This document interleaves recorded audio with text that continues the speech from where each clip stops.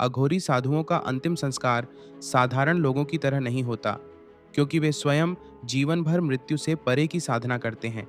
उनके शरीर को दाह संस्कार के बजाय तांत्रिक विधियों से मुक्ति संस्कार दिया जाता है।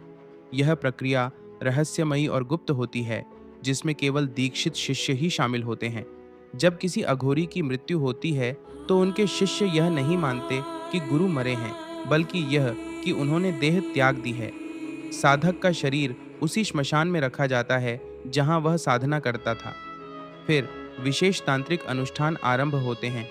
अग्नि नहीं लगाई जाती, बल्कि मंत्रों के द्वारा भूत प्रेत, ग्रह नक्षत्र और तांत्रिक ऊर्जाओं को शांत किया जाता है। शरीर पर भस्म चढ़ाई जाती है, कभी कभी तिल, कपूर, बेलपत्र और धतूरा चढ़ाकर उसे गंगा या नर्मदा में प्रवाहित किया जाता है। अब आती है खोपड़ी सिद्धि की रहस्यमयी परंपरा। अघोरी मानते हैं कि उनके गुरु का शरीर पंच तत्व में विलीन हो जाए, लेकिन खोपड़ी कपाल में उनकी साधना की ऊर्जा संचित रहती है।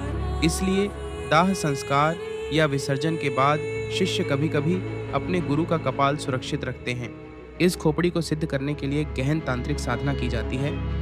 सबसे पहले शिष्य 41 या 108 रात्रियों तक श्मशान में साधना करता है। गुरु के कपाल पर गंगाजल, भस्म और चंदन लगाकर विशेष मंत्रों का जप किया जाता है, जिसे कपाल सिद्धि मंत्र कहा जाता है। जब साधना पूर्ण होती है तो कहा जाता है कि उस कपाल में गुरु की चेतना प्रकट होती है, जो साधक को दिशा और शक्ति देती है।